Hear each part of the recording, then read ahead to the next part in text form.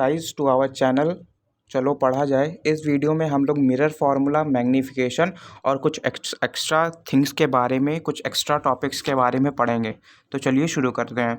सबसे पहला हमारा टॉपिक है मिरर फार्मूला। बहुत ही इजी टॉपिक्स है। इसमें आपको कुछ डिफिनेशन तो थोड़ी सी भी याद नहीं करनी है। मैग्नीफिकेशन में आपको डिफिनेशन थोड़ी सी याद भी करनी होगी। मिरर फार्मूला में अगर आप इस फार्मूला को याद कर कर चलते हैं तो आपके लिए बहुत ही ज़्यादा ईजी होगा। ये न्यूमेरिकल्स में सबसे ज़्यादा पूछे जाते हैं।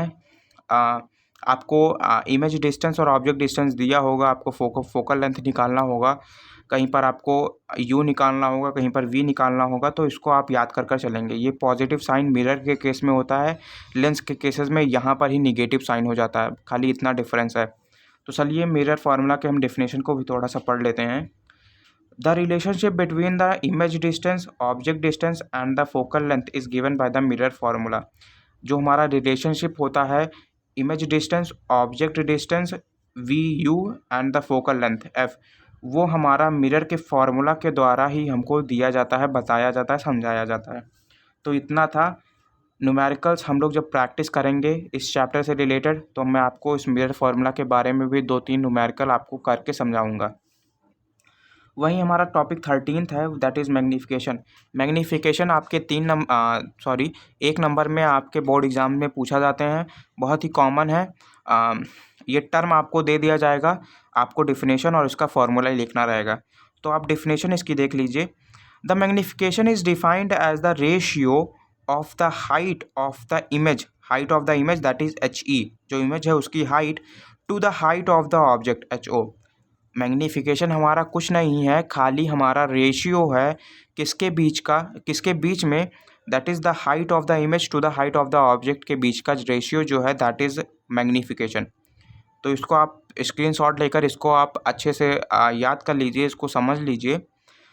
M बराबर HE अपॉन HO। कहीं कहीं पर HE को हम लोग H डैश भी लिखा आपको मिल जाएगा, H डैश अपॉन H, और इज इक्वल टू ये हमारा बराबर है minus image distance upon object distance minus v upon u. ये आपका फार्मूला है, बहुत ही ज़्यादा कॉमन यूज़ होता है न्यूमेरिकल्स में ये फार्मूला। तो ये फार्मूला आपको याद करना होगा। फार्मूला का जो एक वीडियो होगा वो मैं अलग से डालूंगा इस चैनल पे, तो इस चैनल को चेकआउट कर लीजिए।